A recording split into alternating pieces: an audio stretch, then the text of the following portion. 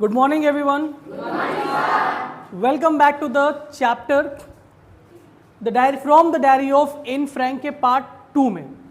Part 1 में Anne Frank की biography को डिस्कस किया था, बिगिनिंग को डिस्कस किया था कि चैप्टर में कौन कौन सी चीज़ें हैं और कहाँ कहाँ पे एन फ्रैंक ने कौन कौन सी चीज़ें उनकी लाइफ से बिलोंग करती हैं, राइट। जिसमें सबसे इंपॉर्टेंट आपको बताया गया था कि एन फ्रैंक जो कि एक ऑटोबायोग्राफी है, उन्होंने खुद लिखा था, ठीक है। उन्हें एक 13th बर्थडे पे एक डायरी गिफ्ट होती है। 2 मिनट में इसको एक समराइज करेंगे, फिर कंटिन्यू करेंगे चैप्टर रीडिंग। 13th बर्थडे पे उन्हें एक डायरी मिलती है जिसपे एन फ्रैंक अपने जज्बातों को, ख्यालों को, अपनी सारी बातों को शेयर करती हैं, क्योंकि एन फ्रैंक को लगता है कि वो ज़िंदगी में बहुत अकेली हैं। उनके पास आसपास कम से कम 30 लोग हैं, फैमिली हैं, लेकिन उसके बाद भी उन्हें लगता है कि वो अलोन है, यानी कोई ऐसा नहीं जिससे वो सब कुछ शेयर कर सके।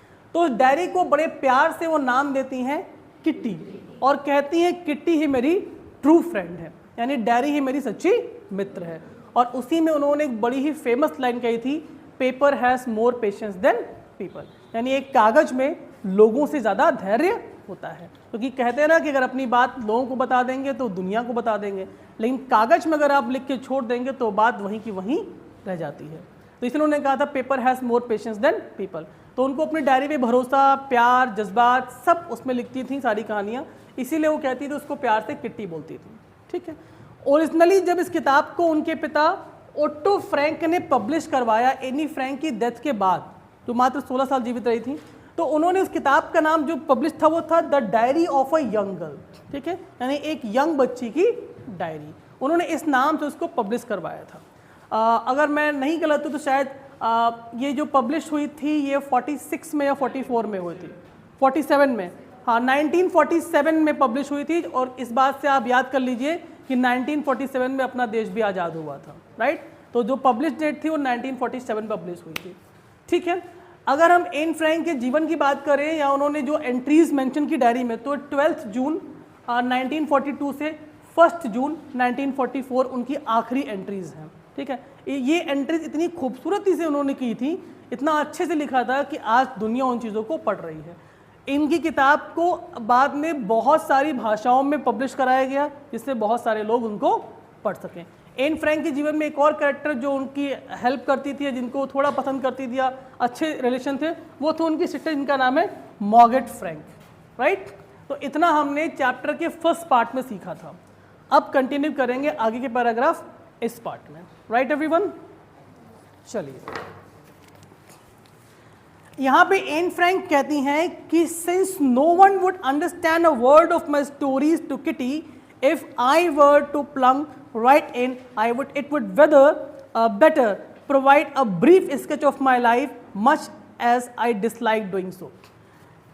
इन कहती है कि शायद ही कोई मेरी डायरी में जो मैं लिखूं उसे कोई समझना चाहे, जो मैं किट्टी में लिखती हूँ, तो बेहतर है कि मैं अपने बारे में बताऊं, लेकिन जो कि मुझे बिल्कुल भी पसंद नहीं है। वो अपने आप को डिफाइन करना पसंद नहीं करती हैं, ठीक है। My father the most adorable father I have ever scene, अपने पिता की बहुत तारीफ करती हैं, कहती है मेरे पिताजी बहुत ही एडोरेबल हैं। एडोरेबल का मतलब होता है पूजनीय, यानी बहुत ही शानदार, बहुत ही अच्छे हैं, जिनकी एन फ्रैंक बहुत रिस्पेक्ट करती हैं। तो वो कहती है मेरे पिताजी बहुत एडोरेबल हैं, I have ever seen. Didn't marry my mother until he was 36 and she was 25। उन्होंने कहा मेरे पिताजी 36 साल के थे और मेरी मदर 25 ईयर्स की थी, तब उनकी शादी हुई थी। My sister Margot was born in Frankfurt in Germany 1926। 1926 में उनकी बहन मॉर्गेट का जन्म हुआ था, मॉर्गेट फ्रैंक का जन्म हुआ था। कहाँ पे? फ्रैंकफर्ट में हुआ था, जो कि जर्मनी में एक जगह है, ठीक है। I was born on 12 June 1929। Anne Frank कहती है कि उनका जन्म 12 जून 1929 को हुआ था। याद करिए कब हुआ था? 12 जून 1929। अच्छा, अब यहाँ से आपको एक चीज़ और याद करनी पड़ेगी। देखिए, बर्थ डेट और डायरी की पहली एंट्री डेट बिल्कुल सेम है। क्यों सेम है? क्योंकि एन फ्रैंक को डायरी कब मिली थी? उनके 13th बर्थडे पे मिली थी, राइट। तो आप इस तरह से भी याद कर सकते हैं 13th बर्थडे, राइट। तो अगर आपको डेट ऑफ बर्थ याद है कि 12 जून 1929 है, तो उसमें 13 ईयर्स को ऐड कर दीजिए, आपको उनकी डायरी की पहली डेट आ जाएगी 12 जून 1942, राइट। वैसे ईयर इतने डीपली एग्जाम में नहीं पूछे जाते हैं, बट फिर भी आपको याद होना चाहिए। जन्म कब हुआ था? 12 जून 29 को हुआ था। और उन्होंने डायरी की पहली एंट्री कब की थी? 12 जून 1942 को। और लास्ट एंट्री क्या थी? 1 अगस्त 1944 को हुई थी। ठीक है, और किताब पब्लिश कब हुई थी? 1947 में हुई थी। चलिए, ये चारों चीज़ें याद रखिएगा, एमसीक्यू सीरीज में इन क्वेश्चंस को पूछेंगे जिससे आपको हमेशा के लिए क्वेश्चन ये याद हो जाए। ठीक है, I lived in Frankfurt until I was 4। N Frank कहती जब तक वो 4 साल की थी तब तक वो फ्रैंकफर्ट में रहती थी, जहां उनकी सिस्टर मार्गरेट फ्रैंक का जन्म हुआ था जर्मनी में। ठीक है, my father immigrated to Holland in 1913। Immigrated का मतलब होता है जब आप कोई एक जगह छोड़ के दूसरी जगह पे जाते हो किसी कारणवश, तो उनके फादर को हॉलैंड शिफ्ट होना पड़ा था 1933 में। माई मदर एडिथ, यहाँ पे आपको डेट्स याद करने की जरूरत नहीं है कि कब इमिग्रेट हुए, इतना डीपली नहीं आता एग्जामिनेशन में। My mother Edith Hollander Frank went with him to Holland in September while Margot and I were sent to Aachen to stay with our grandmother. अब माता पिता दोनों हॉलैंड चले गए थे, तो एन फ्रैंक और उनकी सिस्टर मॉगर्ट दोनों कहाँ थी? अपनी ग्रैंड मदर के साथ में थी, उनके साथ में रहती थी। मॉगर्ट वेंट टू हॉलैंड दिसंबर, और दिसंबर में जो मॉगर्ट हैं वो भी हॉलैंड चली गई। ठीक है, एंड आई फॉलोड इन फरवरी, और फरवरी में ये भी हॉलैंड चली गई। ठीक है, when I was plonked down on the table as a birthday present for Margot, I started right away at the Montessori Nursery School. I stayed there until I was 6. उन्होंने Montessori school में पढ़ाई की जब तक वो 6 साल की थी। At which time I started in the first form. In the 6th form, my teacher was Mr. Cuprus, the headmistress. At the end one of the year, we were both in the tears as we said heartbreaking farewell. और उसके बाद जब उनकी teacher से उनको जाना पड़ा, school छोड़ना पड़ा, तो एक हार्ट ब्रेकिंग टीयर्स था, farewell.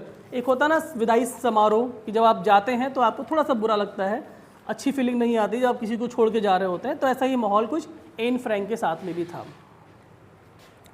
In summer of 1941 grandma fell ill.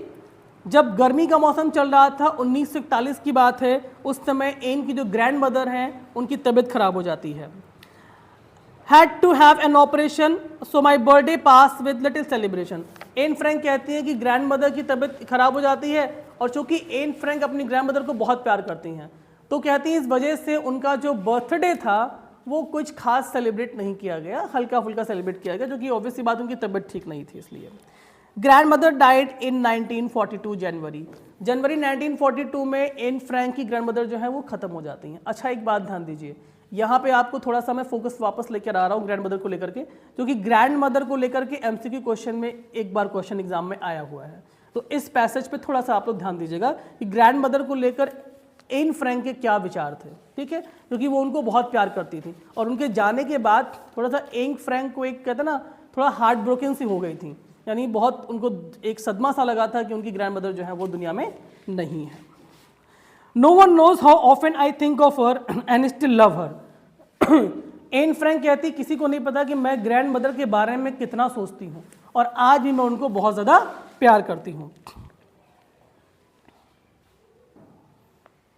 This birthday celebration in 1942 was intended to make up for the other and grandma's candle was lit along with the rest.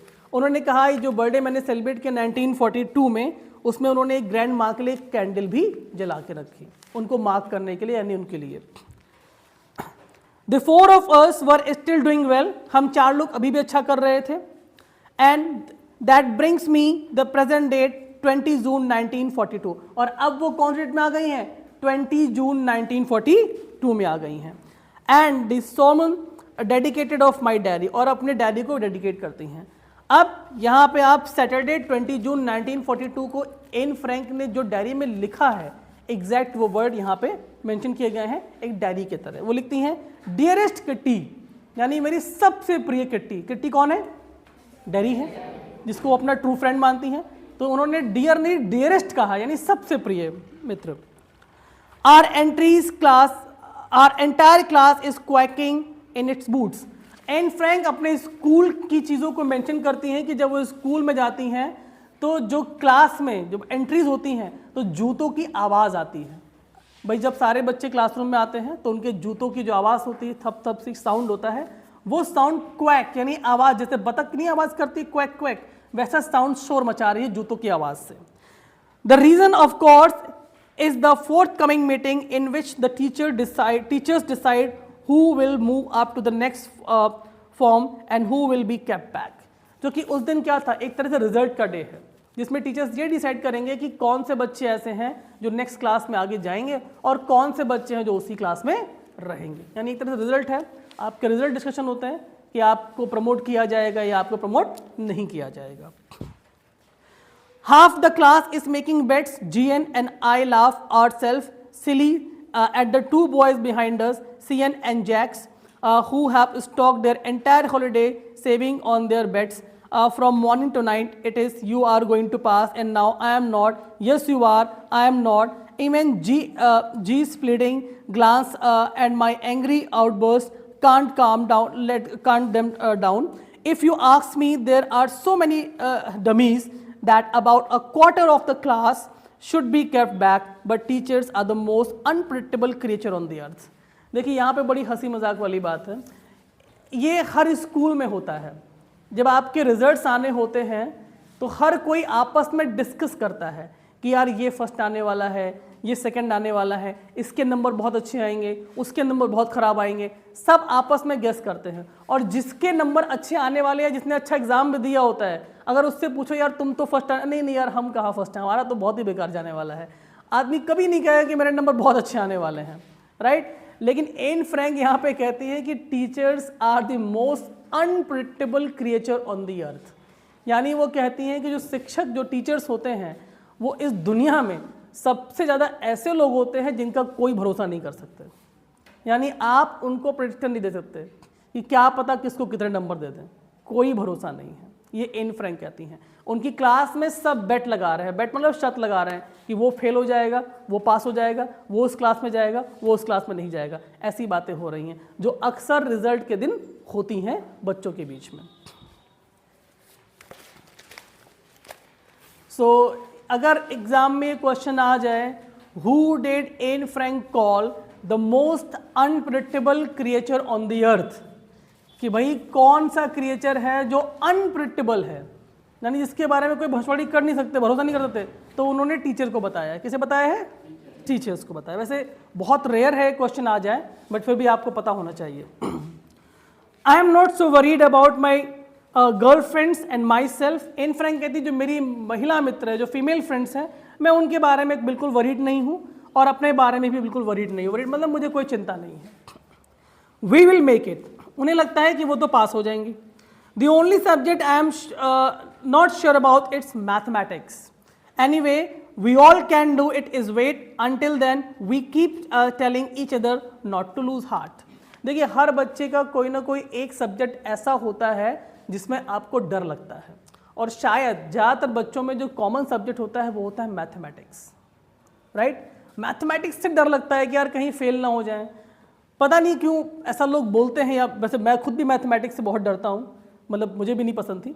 ज़्यादातर लोग कहते हैं mathematics एक tough subject है। मुझे लगता है अगर कोई पढ़ाने वाला ऐसा बंदा हो ना जो मैथ को जादू की तरह पढ़ा दे आपको, तो मैथमेटिक्स बहुत इंटरेस्टिंग सब्जेक्ट है, राइट। क्योंकि जब आपके सवाल, जैसे मैं अपनी पर्सनल बात करूं, जब हम मैथ के क्वेश्चन लगा रहे होते हैं, अगर सवाल सॉल्व हो रहे हैं, क्वेश्चन सॉल्व हो रहे हैं, इक्वेशन सॉल्व हो रही हैं, फॉर्मूला सेट हो रहा है, आंसर आ रहा है, तो लगाने में मज़ा आता है। आप कंटिन्यू लगाते रहते हैं, एक के बाद एक के बाद एक के बाद एक लगा देंगे। जहां आप एक क्वेश्चन में अटक गए, अब वो क्वेश्चन सॉल्व नहीं हो रहा है, अब आपका दिमाग खराब हो रहा है, ये कैसे, वहीं पे आपका मन करता है बंद करो किताब, बहुत ज़्यादा हो गया, राइट। वहीं आपका मूड खराब होता है। हालांकि मैं तो मैथ का दुश्मन सा रहा हूं, क्योंकि मुझे मैथ्स कभी पसंद नहीं आती थी। क्यों? क्वेश्चन कैसे आते हैं? कहते हैं प्रूफ करो LHS इक्वल टू RHS, सिद्ध करो कि ये वाला और ये वाला समान है। क्यों सिद्ध करना? पूरे पेज पे आप लिखते रहो, लास्ट में कहो कि सिद्ध होता है कि ये बराबर ये है। तो मैं कहता हूं इतना लिखने की जरूरत क्या है, पहले लिख दो बराबर है, राइट। हम क्यों बैठ के पूरा सिद्ध करें, डायरेक्ट लिख दो कि बराबर है। अच्छा और सोचिए, एक क्वेश्चन आप मैथ का लगा रहे हैं, आपने क्वेश्चन लगाना शुरू किया, एक पन्ना लगा दिया और कैलकुलेशन चल रही है, सारे रफ पेज 4-5 गंदे हो रहे हैं। एक हमारे सर तो उन्होंने बड़ी मेहनत से क्वेश्चन लगाया, आधे घंटे वो क्वेश्चन सॉल्व करते रहे पूरा ये कर वो, और फिर उन्होंने जब आंसर आया 0, खुश, बोले वाह आ गया आंसर 0। मैं ऐसा बैठ गया, मैंने कहा यार ये क्या है, मैंने कहा सिर्फ 0 ही आना था तो पहले लिख देते, इतनी कैलकुलेशन इतनी मैथमेटिक्स लगा के आंसर क्या आया 0। तो खैर ये तो एक हंसी मजाक की बात है। मैथमेटिक्स बहुत इंटरेस्टिंग सब्जेक्ट है, अगर आपको अच्छा लगता है आप ज़रूर पढ़ें, उसमें मेहनत करें। हाँ लेकिन ऐसा भी ना हो कि 2 घंटे मेहनत करो आंसर आए 0, ठीक है। तो कई बच्चे मैथमेटिक्स से डरते हैं, एन फ्रैंक भी कह रहे हैं कि बस सब कुछ तो ठीक है, मैथमेटिक्स में डाउट है कि अच्छे से होगा या नहीं होगा। एक बात और भी, अगर आपकी मैथमेटिक्स अच्छी होती है तो उसमें नंबर पूरे मिलते हैं, ये एक अच्छी चीज़ है, उसमें नंबर कटते जल्दी नहीं है। अगर आपने अच्छे से किया है, सब कुछ सही है आपका, तो नंबर पूरे मिलेंगे। चलिए एन फ्रैंक कहती है कोई बात नहीं, एक दूसरे से कहते हैं भाई दिल छोटा मत करो, पास हो जाओगे, टेंशन मत लो, मैथ्स ही है, कोई बात नहीं, ठीक है। I get along pretty well with all my teachers, there are 9 of them, 7 men and 2 women। Anne Frank कहती है सारे टीचर से मेरे अच्छे संबंध हैं, बहुत अच्छे से बातचीत चलती है, सब खुश रहते हैं मुझसे, जिनमें से 9 टीचर्स हैं और 9 में से जो मेन हैं वो 7 हैं और वेमेन हैं वो 2 हैं, यानी 7 मेल टीचर और 2 फीमेल टीचर हैं। Mister Keesing the old foggy who teachers maths, देखिए ये नाम आप याद कर लीजिए, मिस्टर कीजिंग, अब ये बहुत आने वाला है। मिस्टर कीजिंग ये एन फ्रैंक के मैथ्स टीचर हैं। क्या सब्जेक्ट है इनका? मैथ्स टीचर, ठीक है। ये एन फ्रैंक को मैथमेटिक्स पढ़ाते हैं और ये एन को बहुत परेशान करेंगे, ठीक है। तो उनका नाम मेंशन करना नहीं भूल रही हैं। 9 टीचर उनके स्कूल में हैं, लेकिन वो मिस्टर कीजिंग को मेंशन कर रही हैं, ठीक है। was annoyed with me for ages because I talk so much. After several warnings, he assigned me an extra homework, an essay on the subject, a chatterbox. देखिए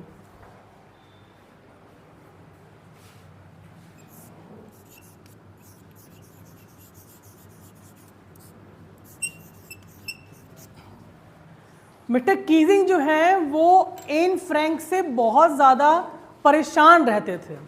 अब परेशान क्यों रहते थे? क्योंकि एन फ्रैंक जो है वो क्लास में बातें बहुत ज़्यादा करती थी, ठीक है। तो जब वो ज़्यादा परेशान हो गए तो उन्होंने एन फ्रैंक को एक एसे दिया लिखने के लिए कि ऐसा है कल तुम एक निबंध लिख कर आओगी। तो पूछा किस पे? तो उन्होंने कहा अ चैटर बॉक्स, यानी बात करने वाला डब्बा जो कभी रुकता ही नहीं है, बस पकड़ पकड़ पकड़ पकड़ पकड़ पकड़ बसता रहता है, बोलता रहता है, ठीक। तो उन्होंने वो इतना एन से परेशान हो गया, बोला ऐसा है कल तुम लिख कर लाओगी अ चैटर बॉक्स, ठीक है, इस पे ऐसे लिखोगी a chatterbox, what can you write about that. अब एन फ्रैंक कहती है यार ये क्या टॉपिक हो गया, चैटर बॉक्स बोलने वाला डब्बा, इस पर क्या लिखूँ? कोई अच्छी बात बता दे भैया, पेड़ पौधे भी लिखो, लिख के आ जाए, चैटर बॉक्स पे क्या लिखूँ? खैर देखिए, I would worry about that later. I decided I jot down the title in my notebook and tucked it in my bag and tried to keep it quiet. जब एन फ्रैंक को topic मिला भाई chatter box पे लिखना है, तो उन्होंने कहा यार चलो अब इसकी टेंशन तो घर जाके लेंगे कि लिखना क्या है, अभी टॉपिक नोट करो, घर पहुंचते हैं। उन्होंने अपनी डायरी में लिख लिया भाई आज का इसे आंसर जो होमवर्क मिला वो क्या मिला है, चैटर बॉक्स, और घर पहुंचेंगे देखेंगे भाई क्या लिखना है क्या करना है।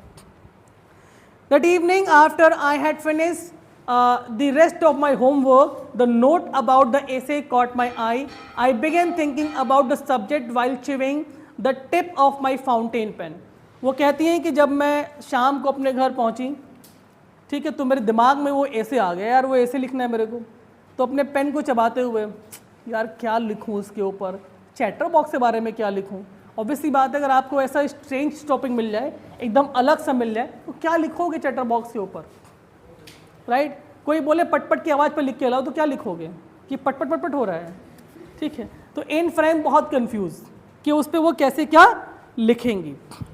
Anyone could ramble on and leave big spaces between the words, but the trick was to come up with convincing argument to prove the necessity of talking. I thought, and suddenly I had an idea. I wrote 3 pages Mr. Keating had assigned me and was satisfied. I argued that talking is a student's trait that I would do my best to keep under control, but that I would never be able to cure myself of the habit since my mother talked as much. I did it if more and that there not much can about do inherited traits. अब यहाँ पे आप ध्यान दीजिए, बहुत अच्छी सी बात है।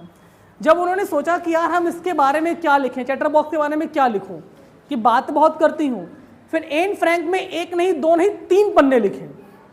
किस पे? चैटर बॉक्स पे। उन्होंने उसके ऊपर ये लिखा कि ठीक है, मैं मानती हूँ कि मैं क्लास में बहुत ज़्यादा बोलती हूँ, मैं इस पर कंट्रोल करने की कोशिश करूँगा, लेकिन ये गलती मेरी अकेले की नहीं है। आप ये मत सोचिए कि मैंने बोलना सिर्फ क्लासरूम में शुरू किया, जो भी हो, ये जो मेरी बोलने की आदत है ना, ये मुझे मेरी माँ से मिली है। किससे मिली है? मेरी माँ से। अब क्योंकि मेरी माँ बहुत बोलती हैं, अब कोई चीज़ मेरे को इनहेरिटेड मिली है, यानी अनुवांशिकता के कारण मिली है, तो उसमें मेरी गलती क्या है? भाई मेरी मम्मी बहुत बोलती थी, उन्हीं की आदत हमको पड़ गई है, इसलिए हम भी बहुत बोलते हैं। ठीक है, ये बात उन्होंने चैप्टर 1 ऐसे में लिख करके दे दी। अब आप सोचिए कि जब एन फ्रैंक ऐसा लिखेंगी तो क्या होगा। टीचर उसमें पढ़ेगा, 3 पन्ने के जब वो ऐसे देखेगा तो उसके बाद क्या होगा। ठीक है, कंटिन्यू करते हैं। Mr. Keesing had a good laugh at my argument, but when I proceeded to talk my way through the next lesson, he assigned me a second essay. This time it was supposed to be an incorrigible chatterbox. I handed it in. Mr. Keesing had nothing to complain, but 2 whole lessons. However, during the 3rd lesson, he would finally had enough. Anne Frank, as punished for thinking in class, write an essay entitled "Quack Quack Quack," said Mistress Chatterbox. देखिए, mister Keesing को जब वो 3 पन्ने का ऐसे मिला तो उन्होंने उसको पढ़ा, थोड़ा हंसे भी, मुस्कुराए भी। उसके बाद उन्होंने एन फ्रैंक को एक और ऐसे दे दिया। ठीक है, और ऐसे का टॉपिक था एन इनकरेजिबल चैटरबॉक्स, यानी एक ऐसी बातूनी लड़की, ठीक है, जो बहुत उत्साही है बात करने के लिए, इनकरेजिबल, जिसको आप सुधार नहीं सकते, ऐसी लड़की। तो दूसरी बार ऐसे दे दिया। अब एन फ्रैंक बोली यार एक बार तो लिख लिया, सेकंड टाइम फिर मिल गया। एन ने बड़ी मुश्किल से लिखा, 3rd टाइम फिर उसको ऐसे मिला, और अब की उन्होंने क्या लिखा? Quack quack quack. टॉपिक क्या था ऐसे का? Quack quack quack. यानी अब सोचिए, एग्जाम में ये क्वेश्चन आता है कि एन फ्रैंक को कितनी बार इसे दिया गया, तो 3 बार दिया गया। राइट, चलिए फिनिश करते हैं लास्ट पैराग्राफ को। Yes, the class roared I had to laugh too, thought I would nearly exhausted my ingenuity on the topic of chatterbox. It was time to come up with something else, something original. My friend Sain, who's good at poetry, offered to help me write an essay from beginning to end in verse, and I jumped of joy. Mr. Keesing was trying to play a joke on me with a ridiculous subject, but I had made sure that joke was on him. अब ध्यान दीजिए, जब N Frank को 3री बार लिखने को मौका मिला ऐसे, तो सोचा यार अब मैं उसमें क्या लिखूं, बार बार ऐसे लिखूं, क्यों क्या लिखूं। तो उसको लगा यार अब कुछ ओरिजिनल करना पड़ेगा, कुछ अलग करना पड़ेगा। तो अपने एक फ्रेंड से बात करती है कि यार मुझे कुछ हेल्प करो। तो उसके फ्रेंड ने कहा एक काम करो, क्योंकि उसको पोइट्री का बड़ा शौक था, तो इसलिए अपने 3rd एसे में एन फ्रैंक ने क्या लिखा? एक पोएट्री लिखी। ये क्वेश्चन 1 मार्क्स में आता है, राइट, कि फाइनल एसे में एन फ्रैंक ने क्या लिखा? तो एन फ्रैंक ने एक पोएट्री लिखी। अब यहाँ मजे की बात देखिए, एन फ्रैंक ने जो पोएट्री लिखी, मिस्टर कीजिंग उसे क्लासरूम में पढ़ रहे हैं, हंस रहे हैं, एन फ्रैंक भी हंस रही, बच्चे भी हंस रहे हैं। मिस्टर कीजिंग को लगता है कि वो एन फ्रैंक का मजाक बन रहा है, लेकिन एन फ्रैंक उन्हीं का मजाक बना रही थी उस पोएट्री के द्वारा। ठीक है, यानी वो उस पोएट्री में मिस्टर कीजिंग के कैरेक्टर का ही मजाक बना रही थी, राइट, और दोनों को लग रहा है कि दूसरे का मजाक बन रहा है। चलिए, let's move to the last paragraph. I finished my poem and it was beautiful. Anne Frank खुद अपनी पोएम की तारीफ करते ही मेरी पोएम खत्म हुई और बहुत ही खूबसूरत पोएम थी। It was about a mother duck. ये एक डक की कहानी थी, जो एक मदर डक है, डक जानते हैं आप लोग, बतख, उसकी माँ मदर डक, एंड फादर स्वान, और जो फादर स्वान है उनकी कहानी है, विथ 3 बेबीज, जिनके 3 बच्चे हैं। Ducking who were beaten to death by the father because they quacked too much. ठीक है, उनके जो पिताजी हैं वो अपने बच्चों को डांटते हैं, पीटते हैं, क्यों? क्योंकि बच्चे बहुत ज़्यादा क्वैक क्वैक क्वैक करते हैं। Luckily mister Keesing took the joke the right away, लेकिन लकली जो मिस्टर कीजिंग थे उन्होंने जोक को समझा नहीं। अब समझिए जो फादर डक कौन है, जो पीटते हैं वो कौन है, मिस्टर कीजिंग। बच्चे कौन है जो क्वैक क्वैक क्वैक करते हैं, तो मिस्टर कीजिंग को क्या बना दिया, फादर डक, लेकिन उनको पता ही नहीं है। ठीक है, he read the poem to the class adding his own comments, उन्होंने पोएम को पूरी क्लास से पढ़ा, उसमें अपने कॉमेंट्स को ऐड किया। And to several other classes as well, और अन्य बहुत सारी जो क्लासेस थी उनके लिए भी। Since then I have been allowed to talk and haven't been assigned any extra homework. उसके बाद मिस्टर कीजिंग ने एन फ्रैंक को अलाउ किया, ठीक है भाई तुम करो बात, और उसके बाद उन्होंने कोई उसको एक्स्ट्रा होमवर्क भी नहीं दिया। On the contrary mister Keesing was always making joke of this days, और उसके अलावा मिस्टर कीजिंग जो थे वो एन फ्रैंक के बारे में हमेशा जोक बनाते थे। राइट, मेरा हमेशा मानना है अगर आपकी क्लास में बच्चे बातें कर रहे हैं, हंस रहे हैं, वो एक्टिव हैं, तो ये अच्छी बात है, क्योंकि इसका मतलब वो आपको सुन रहे हैं और समझ रहे हैं। एन फ्रैंक का भी कुछ ऐसा ही क्लासरूम में था। तो ये था एक खूबसूरत सा चैप्टर जिसका कुछ हिस्सा जो एन फ्रैंक की जो बुक थी उससे लिया गया, जो आपने इस चैप्टर में पढ़ा। इससे आने वाले इंपॉर्टेंट जितने भी टर्म्स हैं वो ऑलरेडी डिस्कस कर चुके हैं, और बाकी इंपॉर्टेंट टर्म डिस्कस करेंगे इसकी MCQ सीरीज में। Right, so that's it from this class. Thank you very much. Enjoy for the next class. Thank you everyone.